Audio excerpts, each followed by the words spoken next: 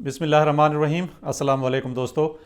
آج جمعۃ المبارک رمضان المبارک کی 21 تاریخ۔ امید ہے آپ تمام لوگ نیکیاں سمیٹ رہے ہوں گے، خوش ہوں گے۔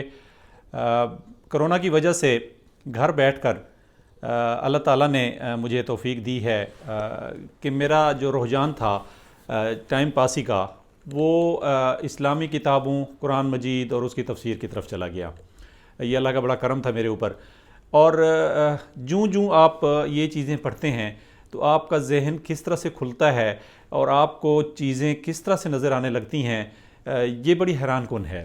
یہ تجربہ اتنا پازیٹیو ہے کہ میں ریکویسٹ کروں گا آپ تمام دوستوں سے کہ تھوڑا سا ٹائم نکال کے قرآن مجید، اس کی تفسیر، صحابہ کرام رضی اللہ عنہم کے واقعات اور اولیاء اللہ کے واقعات اگر آپ پڑھنا شروع کر دیں تو انسانی جبلت ہے، آپ کا دل بھی اس طرف لگ جائے گا اور آپ کی زندگی پہ بھی اس کے اتنے اچھے اور پازیٹیو اثرات مرتب ہوتے ہیں کہ آپ سوچ بھی نہیں سکتے۔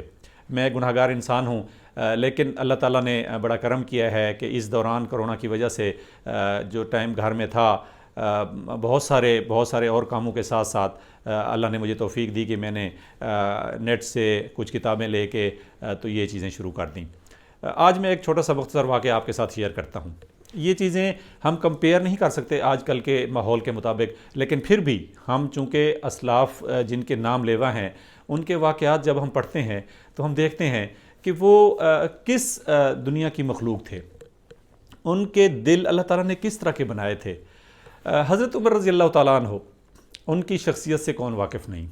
عشرہ مبشرہ میں سے صحابی رسول اور حضور صلی اللہ علیہ وسلم کے دوسرے خلیفہ راشد، جن کی اسلام لانے کا واقعہ تو آپ لوگوں نے کتابوں میں پڑھا سنا ہوگا، جن کی بہادری کے قصے بھی آپ نے سنے ہوں گے۔ ان کی ایک میں واقعہ آپ کو سناتا ہوں، یقین کرو کہ دل دہل جاتا ہے۔ یرکا ایک حضرت عمر رضی اللہ تعالیٰ عنہ کا ایک غلام تھا، بڑا وفادار غلام تھا۔ ایک دن حضرت عمر رضی اللہ تعالیٰ عنہ نے یرکا اپنے غلام سے فرمایا کہ یرکا، میرا مچھلی کھانے کو دل کر رہا ہے، لیکن مشکل یہ ہے کہ مچھلی یہاں سے 16 میل دور دریا کے کنارے ملتی ہے، تو میرے لیے یہ ممکن نہیں ہے کہ میں وہاں سے جا کے مچھلی لے کے آؤں۔ تو غلام بھی آج کل کے نوکروں اور ملازموں کی طرح تھوڑی نہ تھے، تو یرکا کے دل میں خیال پیدا ہوا کہ امیر المومنین نے کبھی فرمائش نہیں کی، آج فرمائش کی ہے تو کسی طریقے سے ان کی فرمائش کو پورا کیا جائے۔ تو انہوں نے سوچا کہ حضرت عمر رضی اللہ تعالیٰ عنہ جب ظہر کی نماز مسجد نبوی میں پڑھائیں گے تو میں اس کے بعد نکل جاؤں گا گھوڑے پہ، تو 16 کلومیٹر اتنا دور نہیں ہے، تو عصر کی نماز سے پہلے میں مچھلی لے کے آ جاؤں گا اور امیر المومنین اور اپنے آقا کی خواہش کا احترام کروں گا۔ تو انہوں نے ایسے ہی کیا۔ جو ہی ظہر کی نماز سے فارغ ہوئے، یرکا کہتا ہے کہ میں 2 رکعت سنت پڑھ کے عربی گھوڑے پہ بیٹھا اور روانہ ہو گیا۔ 16 کلومیٹر کا فاصلہ عربی گھوڑے کے لیے کوئی اتنا زیادہ نہیں تھا۔ وہاں پہ ہم پہنچے، میں مچھلی لے کے واپس آ گیا، تو عصر کی نماز سے پہلے میں وہاں پہ حاضر ہو گیا۔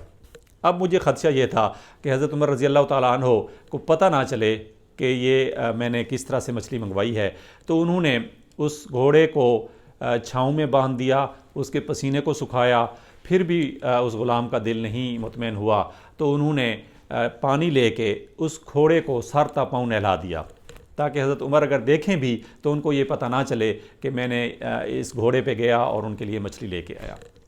خیر، عصر کی نماز پڑھنے کے بعد جب شام کو کھانے کا ٹائم ہوا تو یرکا کہتا ہے کہ میں نے امیر المومنین سے فرمایا کہ امیر المومنین، میں نے آج آپ کی خواہش پوری کر دی ہے، تو میں مچھلی لے کے آیا ہوں، آپ کو مچھلی پیش کرتا ہوں، آپ تشریف رکھیے۔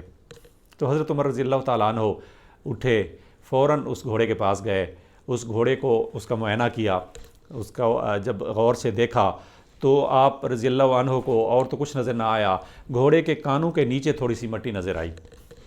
تو آپ رضی اللہ تعالیٰ عنہ نے غلام کو بلایا اور کہا، یرکا، کہ آپ نے باقی تو گھوڑے کو نہلا دیا، لیکن کانوں کے نیچے سے مٹی صاف کرنا بھول گئے آپ۔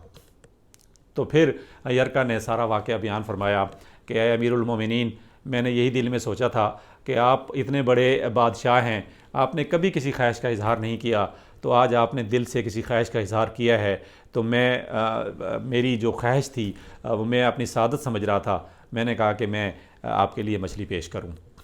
تو حضرت عمر رضی اللہ تعالیٰ عنہ نے اس وقت جو کلمات کہے یہ اس واقعے کا خلاصہ ہے کہ میں نے جیسے پہلے عرض کیا کہ ہم آج کے دور کے حکمرانوں سے، آج کے دور کے لوگوں سے کمپیئر تو خیر کر ہی نہیں سکتے، لیکن ہمارے لیے سبق ضرور ہے کہ ہم کوشش کریں کہ ان کا 10واں حصہ، ان کا 100واں حصہ، ان کا 1000واں حصہ کہ اگر ہمارے اندر خوف خدا پیدا ہو جائے۔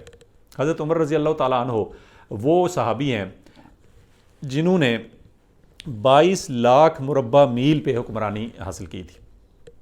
خلفائے راشدین میں بھی اور صحابہ کرام رضی اللہ عنہ میں بھی سب سے زیادہ جس صحابی نے اس روئے کائنات پہ حکمرانی کی وہ حضرت عمر رضی اللہ تعالیٰ عنہ تھے۔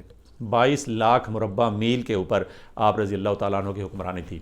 تو انہوں نے اپنے غلام سے فرمایا، اے یرکا مجھے یہ بتا کہ اگر کل قیامت والے دن یہ گھوڑا اللہ میاں کے ہاں شکایت کر دے کہ یا اللہ یہ مچھلی کھانا کوئی اتنی ضروری چیز نہیں تھا زندگی کے لیے کہ تیرے ایک بندے نے، تیرے ایک خلیفے نے ایک مجھے بے زبان کو 16 کلومیٹر دور دوڑایا اور وہاں سے تھکا کے مچھلی لے کے آئے اپنی ایک جسمانی خواہش کے لیے، تو کل قیامت کے دن میں اپنے اللہ کو کیا جواب دوں گا؟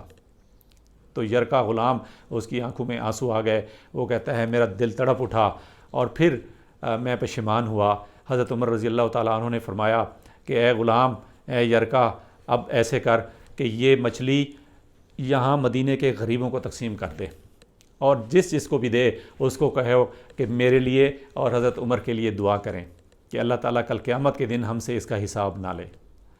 تو وہ کس مزاج کے لوگ تھے، کس طریق کے لوگ تھے، کس شخصیت کے لوگ تھے کہ ہم ان کے آج نام لیوا تو ہیں لیکن عمل کرنا تو دور دور تک نظر نہیں آتا۔ ہم اپنی زندگیوں میں دیکھیں، ہم اپنے اعمال کو دیکھیں، ہم اپنے گناہوں کو دیکھیں، ہم اپنی سیاہکاریاں اور بدکاریاں دیکھیں، ظلم زیادتی دیکھیں کہ ہم کہاں کھڑے ہیں اور جن کے ہم نام لیوا ہیں وہ کہاں پہ تھے۔ تو دوستو یہ واقعہ آج آپ سے شیئر کرنا تھا۔